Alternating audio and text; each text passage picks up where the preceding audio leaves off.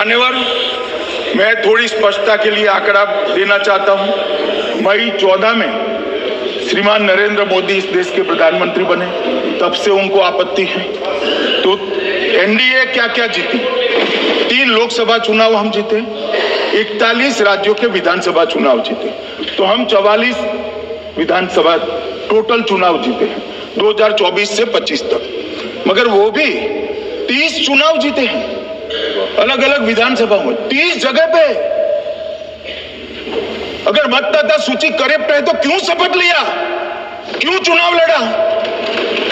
आप बताइए देश की जनता को। आप लोग यहाँ कैसे पहुंचे? श्री राहुल गांधी जहां से चुनकर आए थे, वो वायनाड की मतदाता सूची में भी मेरी पार्टी ने प्रेस कॉन्फ्रेंस कर इसी प्रकार की डिस्क्रिपेंसी को बताया है।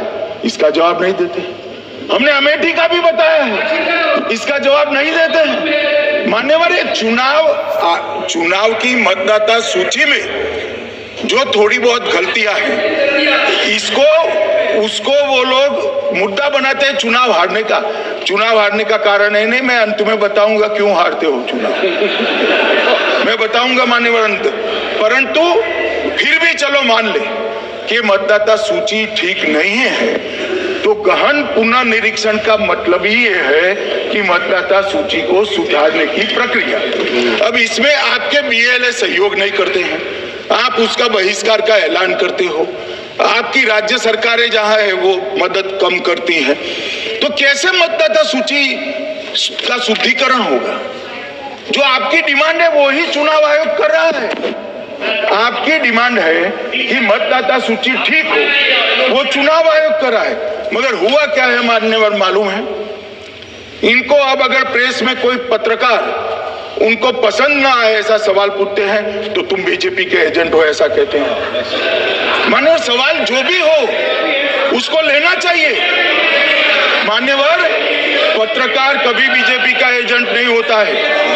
मगर आप अगर ऐसा मानते हो कि लोकतंत्र में आपको पसंद आए ऐसे ही सवाल पत्रकार पूछे, तो ये नहीं हो सकता। इमरजेंसी नहीं है भाई, इमरजेंसी नहीं है। मान्यवर, एक प्रेस में कोई सवाल पूछता है तो कहते हैं बीजेपी के एजेंट हो।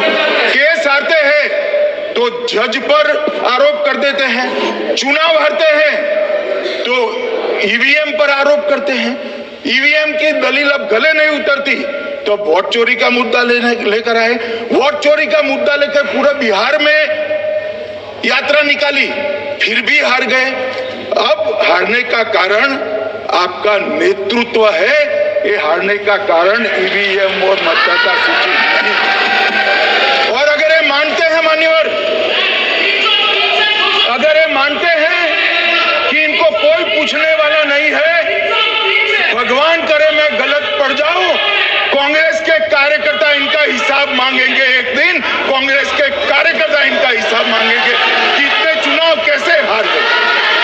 मान्यवर, कोई जज आजादी के इतने साल में नहीं हुआ है मान्यवर कि कोई जज एक जजमेंट दे तो जज के खिलाफ इंपीचमेंट लेकर आते हैं।